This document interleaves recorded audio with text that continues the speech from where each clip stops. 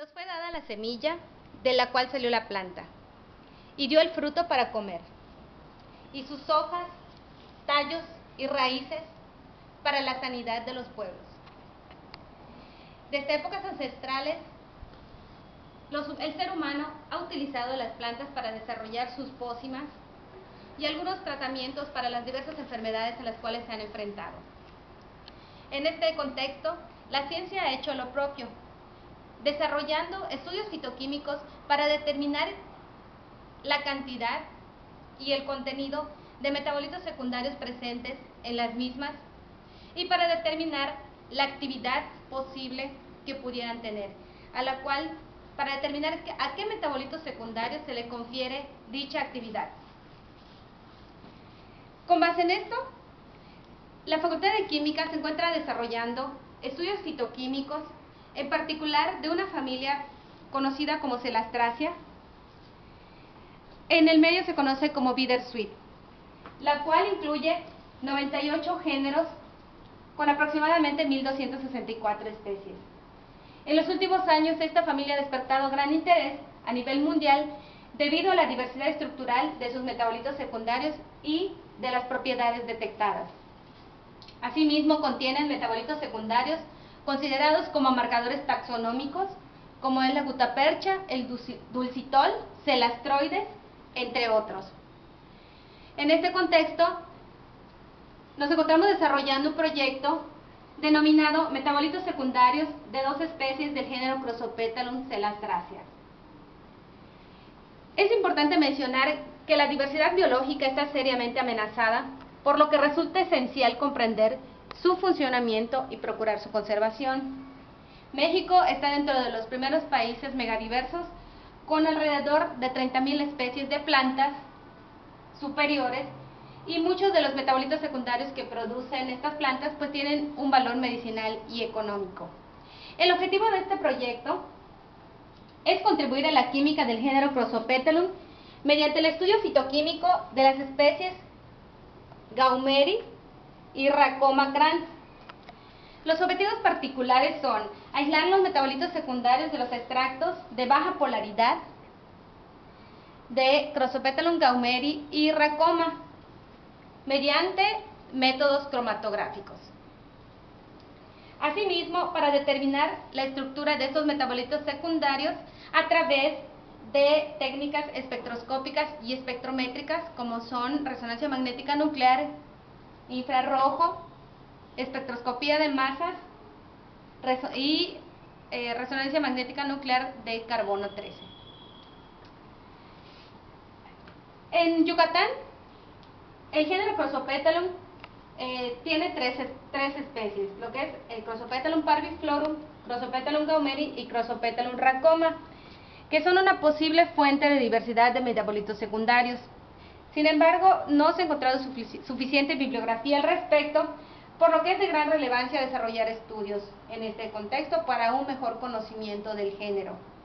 La Crossopethalum gaumeri es un arbusto de aproximadamente 1 metro de altura, es endémica de la península de Yucatán.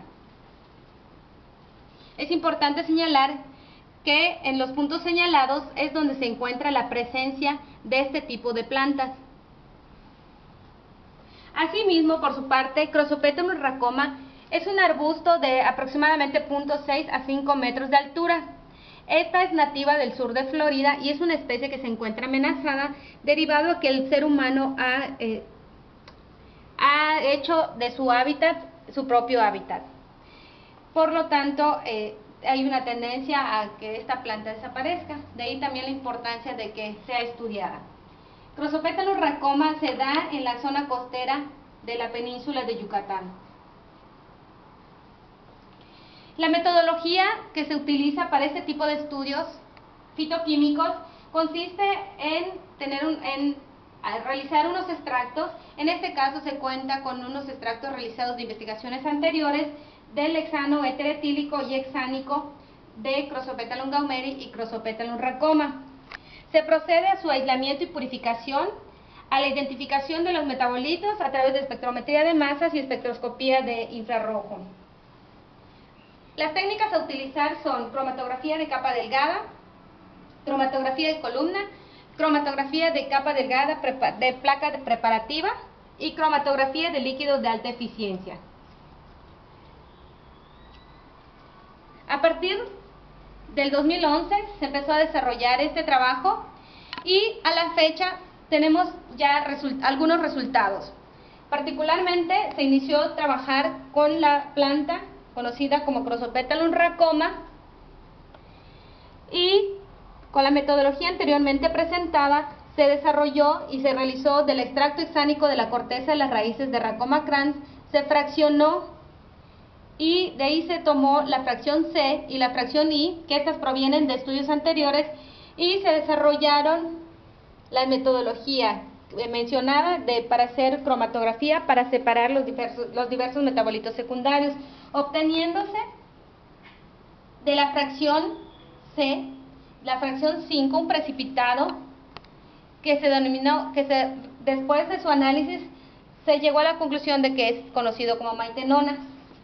Asimismo, de la fracción 10 es posible observar que a través de diferentes cromatografías realizadas con diferentes sistemas de disolventes como es diclorometano, hexanoacetona, cloroformoacetona, hexano-diclorometano-metanol, se obtuvo un compuesto que es el compuesto 2, que después de hacer un estudio y un análisis se llegó a la conclusión de que se conoce como sununcanona. Y también con la fracción I, al disolverlo en el sistema hexano-cloroformo-metanol, se obtuvo un precipitado con el que se obtuvo el compuesto 3 conocido como seilasterona. Aquí es posible ver las diferentes placas que se realizan. Estas son las cromatografía en placa preparativa, cromatografía en capa delgada y cromatografía en capa delgada preparativa. Así también podemos ver lo que es cromatografía en columna. Esta columna corresponde a lo que es el compuesto denominado como seilasterona, que se obtuvo como un precipitado amarillo.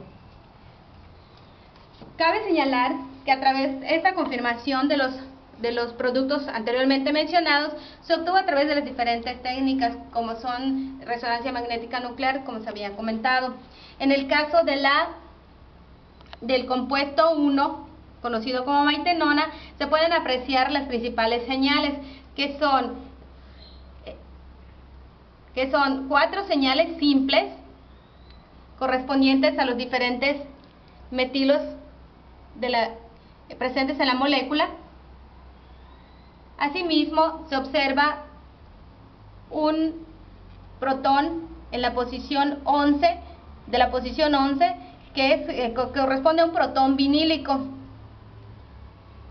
Y asimismo también se corroboró la presencia de este producto, ya que se encontraron 40 carbonos, representando esto la presencia de un dímero.